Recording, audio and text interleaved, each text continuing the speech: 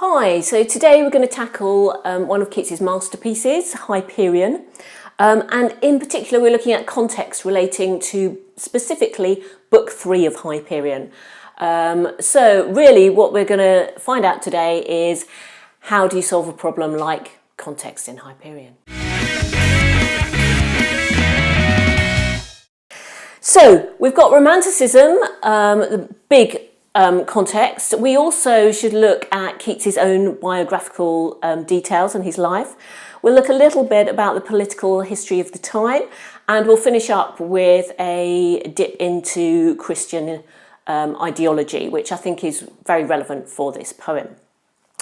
Just to refresh you, if you haven't managed to wade your way through this vast epic, Book 3 finishes halfway through, and it's the book where Apollo is undergoing a transformative ceremony experience presided over by Mnemosyne, the goddess of the Muses. So here we have the new order, the new gods taking over from the old gods.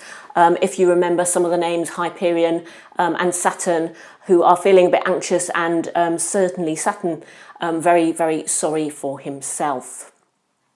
So to start off looking at Romanticism, in this book we have the ultimate sublime experience. The sublime was a big part of Romanticism. Romanticism was really a movement within poetry and art in general in the late 18th and 19th century, where there was a freeing up of ideology and creative mechanisms. So instead of the old classical way of creating poetry, adhering to strict form, meter, etc., the new poets of this generation, and here I'm talking about Keats, Shelley, Coleridge, Wordsworth, people like this, were becoming more liberated in their ideas, certainly politically, but also in their experience of poetry.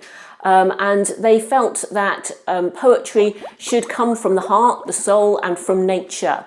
And this idea of the sublime was the notion that you could be inspired by an experience. You might go out into the countryside and look at the grandeur of mountains and be physically and emotionally moved by this. And this really is what happens in Book 3 of Hyperion. Apollo has this sublime, transformative experience. Apollo, the god of poetry, sees Mnemosyne in a dream. She gives him a harp. We know that romantics were very often inspired by dreams. Mary Shelley wrote Frankenstein after a dream, and certainly many of them chose to induce dreams by their love of the poppy, the opium plant. So sleep and dreaming was part of this romantic experience. And here we have the young god Apollo sleeping, receiving inspiration, and then meeting with Mnemosyne and becoming a god, literally. He likens this experience to drinking a blithe wine or some kind of elixir, and he becomes godlike after a process of shaking, pain, and self-discernment. We know from Keats's own biographical details, he was very keen to become a god in the world of poetry. And I think this fits in with what is happening with Apollo here. Keats wrote several poems trying to identify what it is to be a creator of poetry and how one achieves this. He uses lots of different imagery to describe this. For example, in his poem Reading Homer, he uses the image of, or the comparison to, an explorer who sees a new planet, when a new planet swims into his ken.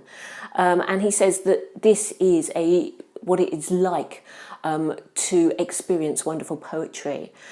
He also, in his poem about reading King Lear again, refers to the phoenix rising from the ashes. And this is very significant for Apollo at this point. So we'll look at that a little bit more when we come to Christianity. Another aspect of Romanticism is breaking with the old, and we have, as I've already said, the Romantics wanted to break with the old ways of doing poetry and look at fresh ways of writing. They reacted against the classical traditional poetry. But I think here, in the same way that the new young gods are more beautiful and rebel against the old gods, we have got a portrayal of the new Romantics, Keats, Shelley and Byron, who felt that the old Romantics had sold out on their liberal ideas a little bit, so Blake and his companions. And I think we can see this in Hyperion, the new young gods, stressing the new beauty coming into the world and new sounds coming into the world. And these are ideas that we can see expressed in the poem. The other big piece of context, politically and socially, that we should look at, breaking with the old regime, the Ancien Regime in particular, and now you know because of my French, I'm going into French Revolution area. The revolutionaries in the French Revolution saw the problematic hierarchical structure of the old order, and they felt that this should be disbanded. And they rebelled in order to give more opportunity to the lower orders of society. And I think here with Hyperion, Keats is playing this out in a mythological arena.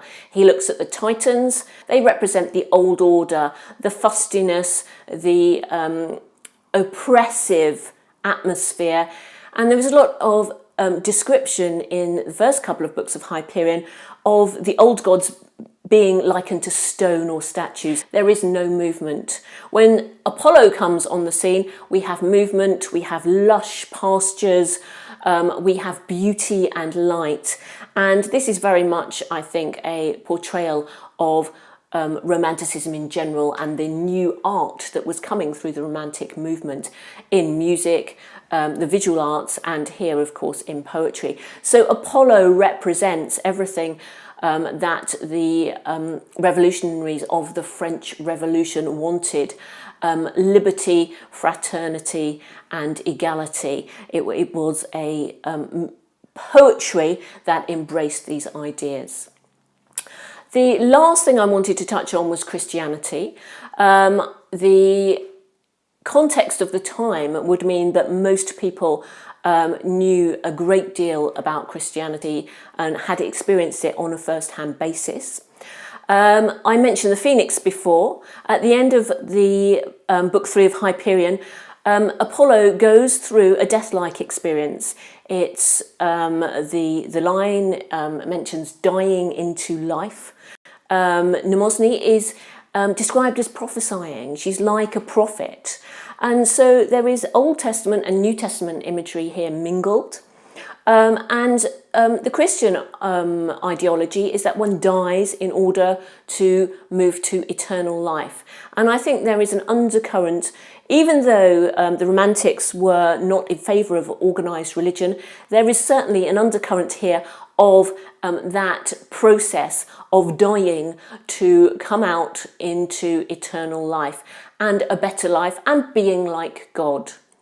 It's notable here, and this is a great bit of context to lob into your essay, that this poem is very much of the style of Milton, and in particular Milton's Paradise Lost.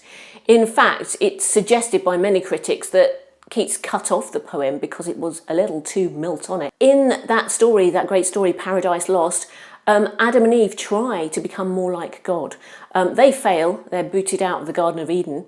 Here, Apollo is not trying, he just stumbles into it and is inspired and does become like a god with his famed golden tresses that are mentioned. He becomes physically deified, but also moves on in the realm of poetry and is elevated just as Keats would have wished to be.